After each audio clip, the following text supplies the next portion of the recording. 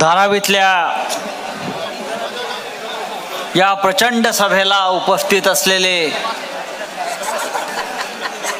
शिवसेना पक्षप्रमुख माननीय उद्धव ठाकरे साहेब, व्यासपीठावरील शिवसेनेचे सर्व नेते पदाधिकारी, आज फक्त शाखांना भेटी द्यायचा कार्यक्रम होता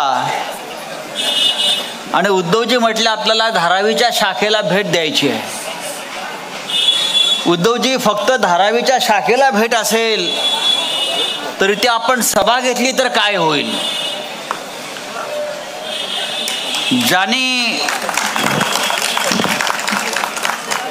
मुंबईमधलं एक चित्र तुम्हाला मी सांगतो, ज्याने धारावी जिंकली त्याने मुंबई जिंकली.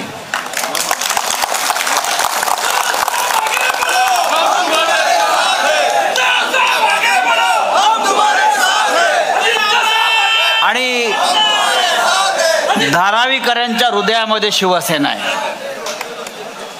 धारावीकरांच्या मनामध्ये शिवसेना आहे आणि शिवसेनेचं आणि धारावीकरांचं नातं कधीच कोणी तोडू शकणार नाही. या धारावीमध्ये उंच बिल्डिंगी नाहीत, टॉवर्स नाहीत, साधी घरं आहेत, बंगले नाहीत, पण या साध्या घरामध्ये जो सामान्य माणूस राहतो तो दिल का सच्चा आहे, तो प्रामाणिक आहे आणि तो कोणाला विकला जाणारा नाही आणि म्हणून तो शिवसेनेच्या मागे ठामपणे उभा आहे. एक प्रचंड मोठा आपण मोर्चा धारावीकरांसाठी काढला होता. धारावीच्या पुनर्वसन प्रकल्पासाठी. उद्धवजी, आता संसदेचं अधिवेशन सुरू होतं आणि मोदींनी भाषण केलं, प्रधानमंत्री मोदींनी, की पुढल्या 5 वर्षात या देशात सगळ्यांना घरं देण्याचं त्यांनी जाहीर केलं आहे. 2.5 कोटी घरं पुढल्या 5 वर्षात. 2014 साली सुद्धा जेव्हा ते सत्तेवर आले तेव्हाही त्यांनी हीच घोषणा केली होती.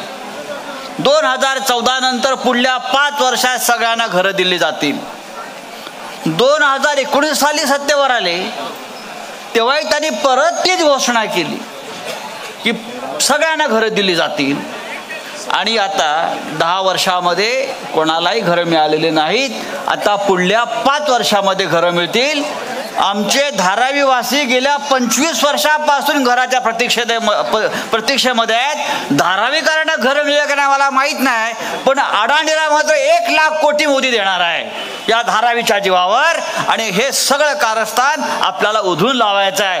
आधी धारावीकरांना हक्काचं घर, आधी धारावीकरांचा त्यांचा हक्काचा उद्योग, त्यांचा व्यापार, आणि मग हे जे कोणी येणार आहेत लुटायला त्यांच्याशी आम्ही सामना करू.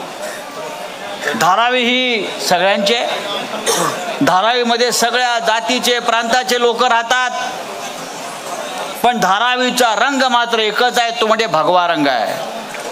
आणि हा भगवा रंग असाच राहिला पाहिजे. धारावीने कायम शिवसेनेच्या पाठीशी ठामपणे राहण्याचा निर्धार केलेला आहे.